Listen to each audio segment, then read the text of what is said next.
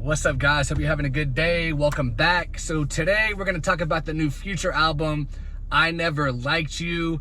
We're going to give a prediction, sales prediction, projection, what we think it's going to sell in the first week. So let's just go through and talk about this album. So he's got 16 tracks. He's got 2 Drake features. He's got the Gunna feature. He's got the Young Thug feature. He's got Kodak Black on this thing. Like he's got a loaded track list. And also, in a kind of rare move for Future, he actually took quite a break this time.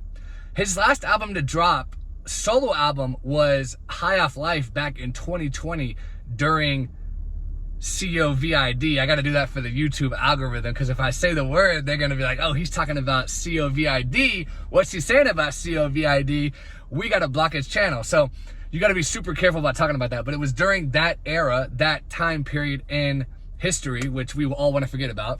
So he dropped that. Then he also dropped Baby Pluto vs. Pluto later that year. So it's been since 2020. It's been a good 2 solid years.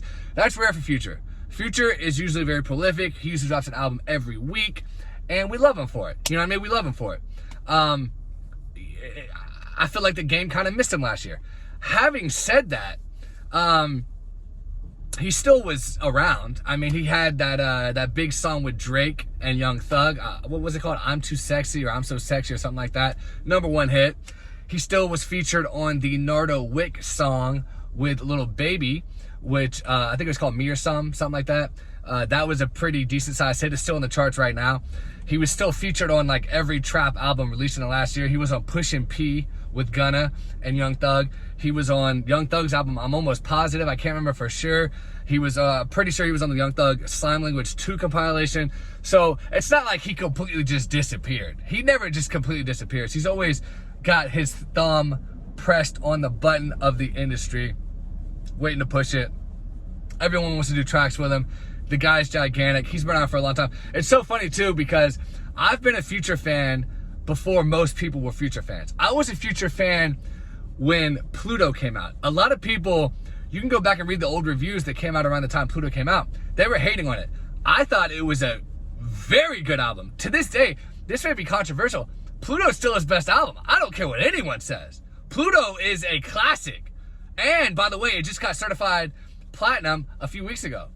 Pluto is a certified hood classic. That album is amazing. Homicide, the song with R. Kelly. I don't even care about the R. Kelly BS.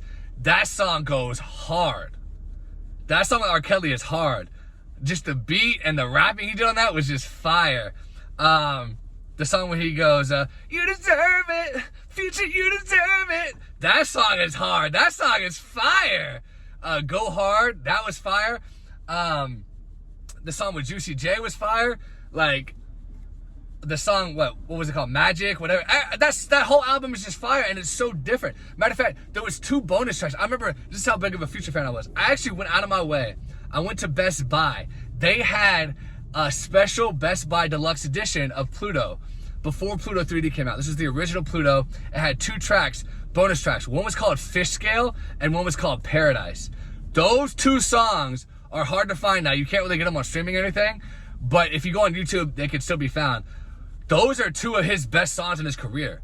Paradise is so fire, and Fish Scale is insane. Like, those 2 songs, Fish Scale really is just a crazy song. I still listen to that song all the time. I love Fish Scale.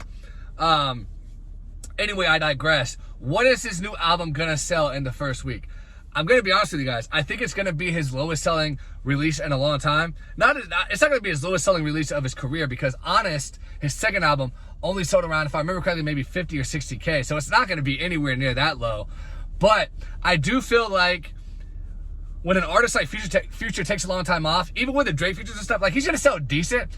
And sometimes I even find myself underestimating his fan base. So I still think there is a possibility of him breaking 100,000 in the first week. And if he does, I'm not going to be shocked. I'm not going to be like, whoa, he hit 100,000. No, the guy's been hitting 100,000 every release for the past, like 8 releases.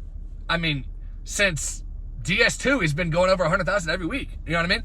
So I kind of do feel like he's going to keep that trend up. But something is telling me, and this is just my prediction, then he's going to sell under 100,000. I think he's going to be right around 90, right around 95. I just feel like he took a long break, and every artist gets to the point eventually where their sales start to dip a little bit.